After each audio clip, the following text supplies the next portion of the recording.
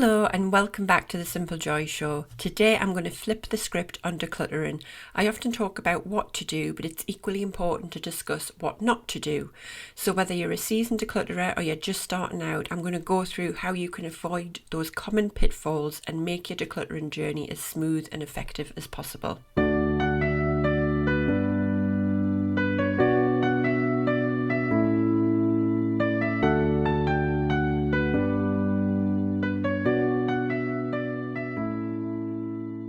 This is the Simple Joy Show, the podcast for people who are ready to declutter and simplify their homes and lives to create more space, time, energy and freedom. I am your host, Hayley Forster, mother, wife and declutter coach, and I'm going to be sharing with you simple bite-sized nuggets to help you on your journey to living a simpler life through the power of decluttering. So if you're ready to choose calm over chaos, then let's dive into today's show. Hello everybody, how are you all? I hope you are good. We're in the middle of a busy week here in the Forster household. My eldest daughter is part of a dance academy and it's their big show this weekend. So they go to a theatre in a local town and they do 3 big shows over the weekend. So I've got 1 on Saturday and 2 on Sunday, and my family come and visit and they watch the show over the weekend, and it's just so lovely to see because she does so many dance classes. She does like maybe 6 hours a week of dance, and she does ballet, jazz, commercial, lots of different types of dancing, so we get to see her perform in each one of those styles, which is really lovely, and we get to see how she's progressed each year. And it's such a lovely show, just watching all the kids perform and really get into it, and it's just a really lovely weekend. It's probably one of my favourite weekends of the year, but it is very busy because we've got not only family visiting but then also our chaperone as well backstage.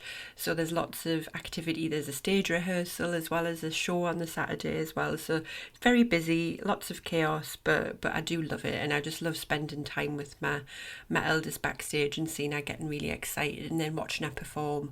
And 9 times out of 10, actually, who am I kidding? It's 10 times out of 10, I will always cry. No matter what the dance is, I will always cry. Usually it's ballet, but sometimes when she's just doing some kind of show tune, I'll start bursting into tears as well. But yeah, just so proud of her, and I love watching it, and I'm really looking forward to it this weekend. So this week's been all about prepping for that, getting the costumes ready and getting the suitcase packed and everything like that. So yeah, it's going to be a lovely weekend this weekend. So I hope you've got some lovely plans this weekend as well. So as I mentioned in the intro, I'm going to talk about things which you shouldn't do when you're decluttering. Decluttering can be an emotional and physical whirlwind, and it's so easy to get caught up in the moment and make decisions that you might regret later. And I think that's a big worry for a lot of people. So I think this episode should really help you think about how to approach it. And I just want to discuss the big no-nos in decluttering and how you can try to avoid those. So the first one is don't buy storage containers right away. And this is the one that I was really guilty of, because the urge to buy a bunch of storage containers is massive. I know they look really promising, they give you hope, and it's showing you that you're going to be really organised, but you must declutter first, then assess what storage you're really going to need, and that way you avoid the trap of just rearranging your clutter into nicer boxes basically. And it's such a common thing to do. You're motivated to organise, so you pop out of the shop and you buy all these lovely fancy pretty containers, but you are putting the cart before the horse. And as an example of this, when I was organising my kitchen, I went out and bought lots of lovely kitchen and fridge organisers, and I was so excited about getting my kitchen organised. But actually, after decluttering, I realised I only needed a fraction of the containers that I bought. So actually, the rest that I had were just adding to clutter, and I wasted my money as well. So you must declutter first, then assess what, if anything, you truly need. The next one is to avoid the maybe pile, and it's really tempting to create a maybe pile, and I'd done it when I first started out, and I know a lot of clients do tend to sneakily have a little maybe pile, even when I say try to avoid one, because it's just that little bit of reassurance and that security for you. But actually it often leads to indecision and then some clutter relapse as well. So be decisive. Ask yourself if the item serves a purpose or it brings you joy. And if it's neither, it's time for you to let that go. And it is a trap.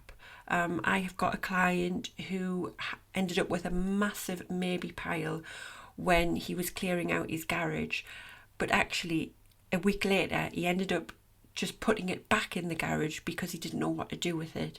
So the maybe pile just delays your decisions. You need to be bold, you need to be decisive.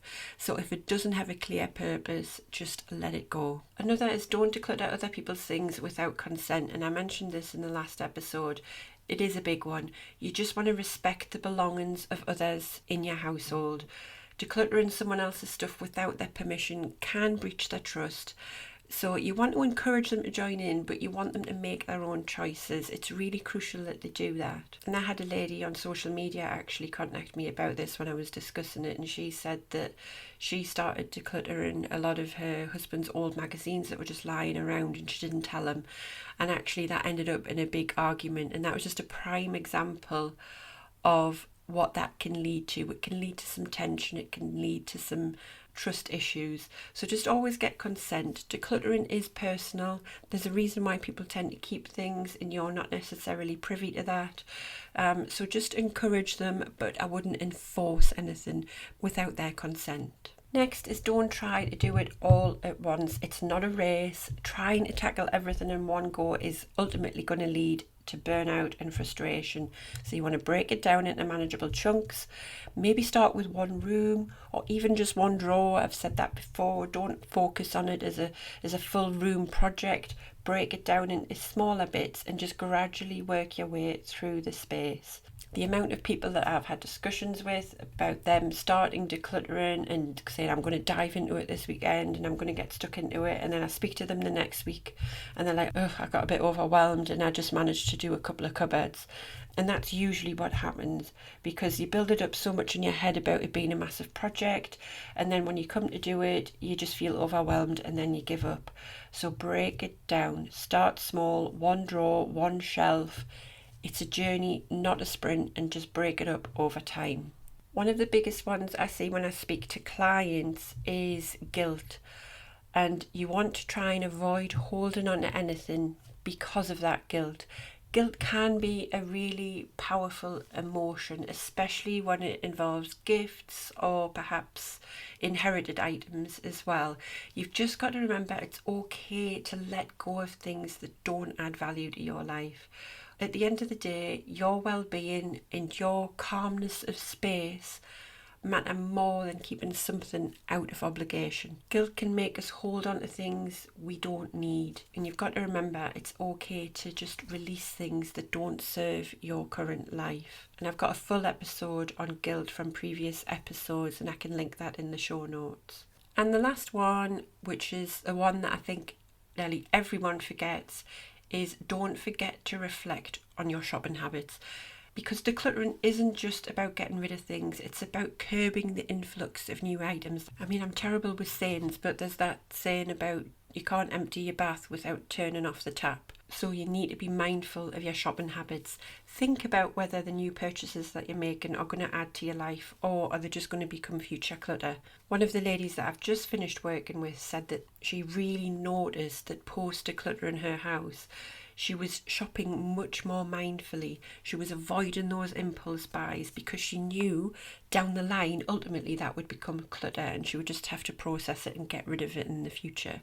So it's all about creating that sustainable cycle, being really aware about what you're bringing into your home and making sure that what you are bringing in is going to be of use to you or brings you some form of joy. And you've got a massive bonus there as well of not spending as much money, which is always a nice thing.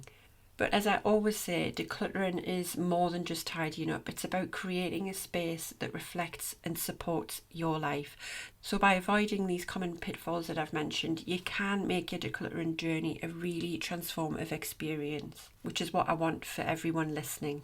As always, I'd love to hear about your decluttering journey. If you've got any pitfalls that you've encountered, please let me know. Let me know how you've overcame them, and share your stories using hashtag #SimpleJoyShow so I can check them out. Or come into my Facebook group, the Simple Living Society, as well, and share it with my community. But for more insights into making the most of your decluttering journey, join me next week on the Simple Joy Show.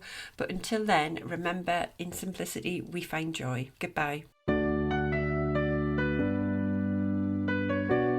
Thank you so much for listening. If you've enjoyed this episode and you'd like to help support the Simple Joy Show further, then please share it with others, post about it on social media, or leave a rating and review.